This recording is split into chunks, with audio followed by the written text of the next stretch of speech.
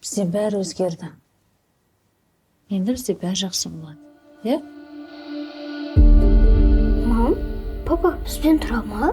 Сен папамен кездесе аласың, қыдыра аласың. Бірақ енді бірге тұрмаймыз. Квартира іздеп көреміз бе? Жаным, жақында үшеу боламыз. Саған ұқсайды екен.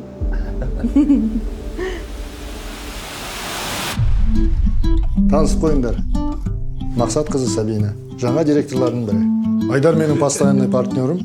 Бүгіннен бастап Сабина екеуі сендерге көмектесетін болады. По-человечески можешь разговаривать? Нет, а? Канцелярияда тұрған жоқпыз, если что. Қызық е адамдардың. Келе сап, указ беріп отқан емес? Маған ана екеуі, Сабина мен Айдар, вообще ұнамайды. Бесит конкретно. Ал. Мен папамен тұрым келеді.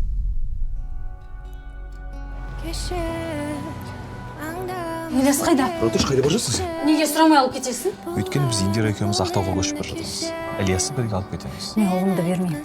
Соттың мен женем. Ал сен не істеп жүрсің? Қайдағы бір қызбен бірге тұрып жатырсың? Давай хоть ертең кетіп қаламыз. Ертең кетсек те мен дайынмын. Жана, нормальный график бар жұмысқа орналасты, үйге ертерек қайтып отыршы. Сен мына түріңе қарасам, саған Ілияс мүлдем керек емес сияқты. Мен Нұргүлді сүйем, болды. Үйленем дедің ба, үйленем. Сен ғана жалғыз тұрмасың ғой, балаң бар емес, вдруг оған бірдеңе болып қалса не істейсің? Пожалуйста, Асқар. Өзіңді алдап жүргің келсе, пожалуйста, алдап жүре бер. Ильяс сен қазір қолдамаушы еді.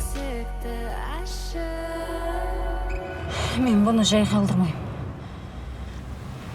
Соңына дейін барамыз. Аңдамай сөйледім кеше.